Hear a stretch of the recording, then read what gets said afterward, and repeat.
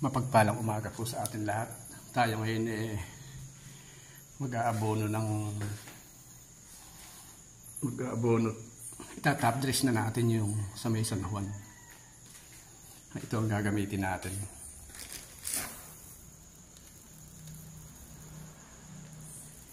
Itong urea, tsaka triple 14. Tsaka itong 0060. Hahaluan natin ng urea kasi maraming maliliit pa yun doon sa palay. Kaya kailangan pa siya ng urea.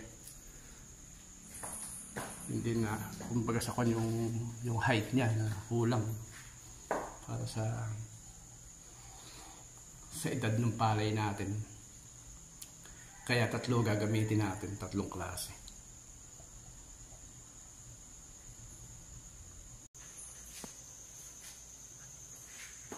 Yan, ipuhos na natin.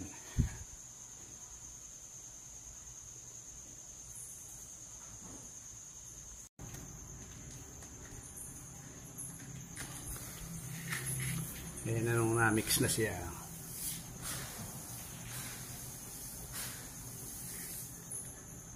Pag-aapating sako rin natin siya para medyo gumano.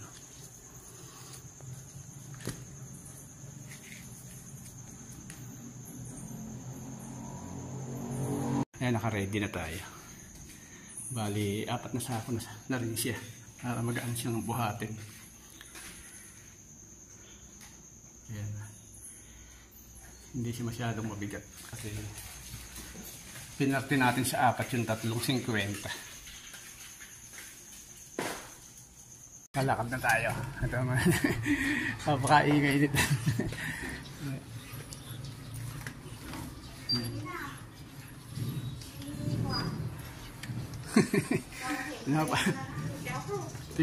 Ay, nakapagdala na tayo ng isa rito sa malapit din sa mababang lugar. Ayun si Papi, oh. Didiretso na sa San Juan. Mauna na sa atin, oh.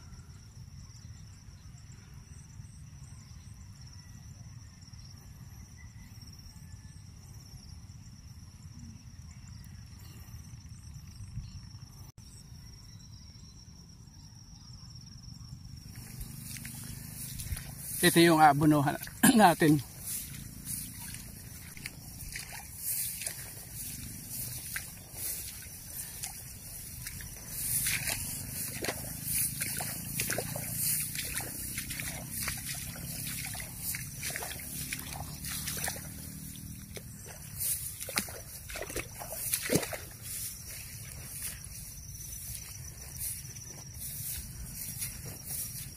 Medyo maliliit dito sa lugar natin.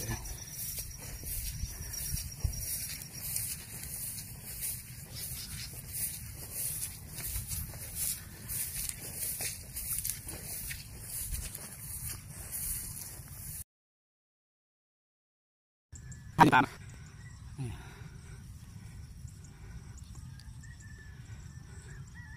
Ayan. Ayan. Mag-uumpisa na tayo.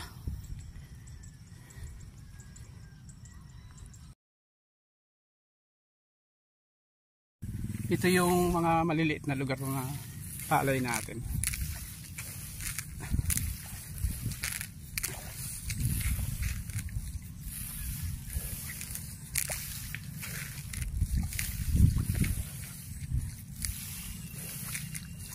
Kaya nilagyan natin ng urea kasi marami siyang maliliit.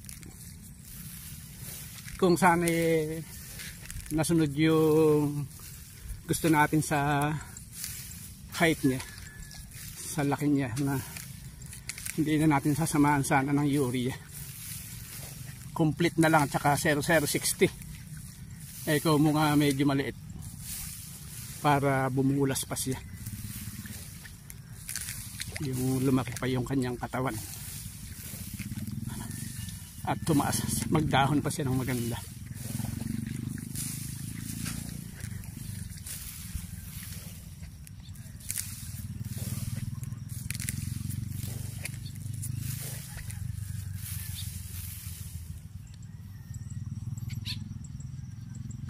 ay meron itlog dito.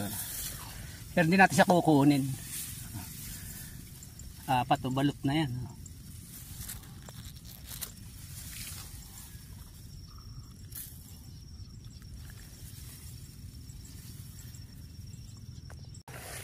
Ayan, pag ito na yung pinakamababang parte ng palay natin. Ito yung malaki talaga siya. Maganda yung pagkapalay. Mahina lang ito kung subuan.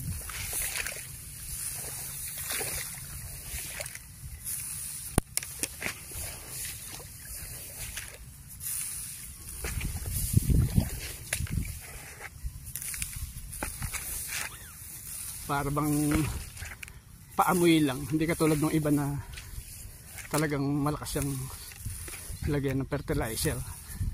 Ito paamoy lang.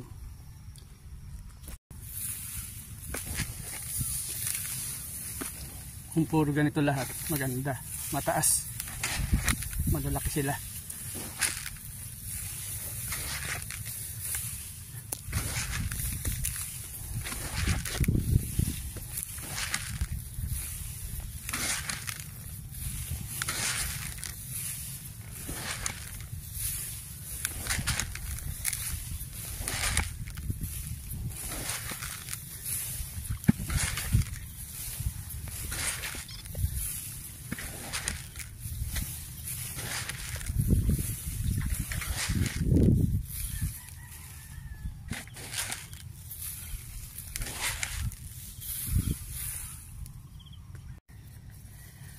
Nadaanan natin, may bakante, talagyan natin ng isang ganito.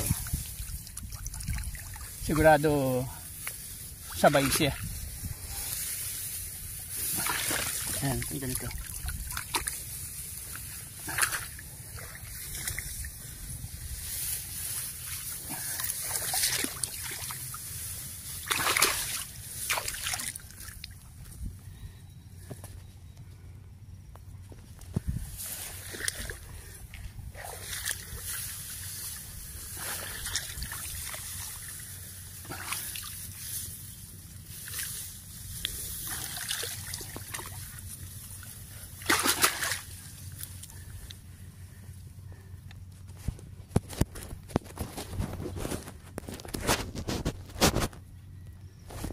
Hanga na yata ako ni Papi ko oh.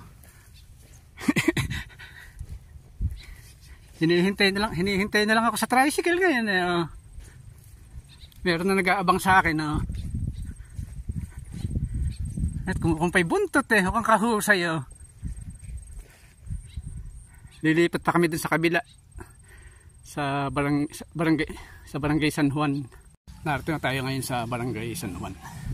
Nandiyan tayo galing sa itaas na sa kalsada. Ito yung aabonohan natin itong mga tabing kalsada. Ay, ito tabing bahay na ito. Ayan. Isang sakuli din nala natin dito. Mga kulang 3 timbayan.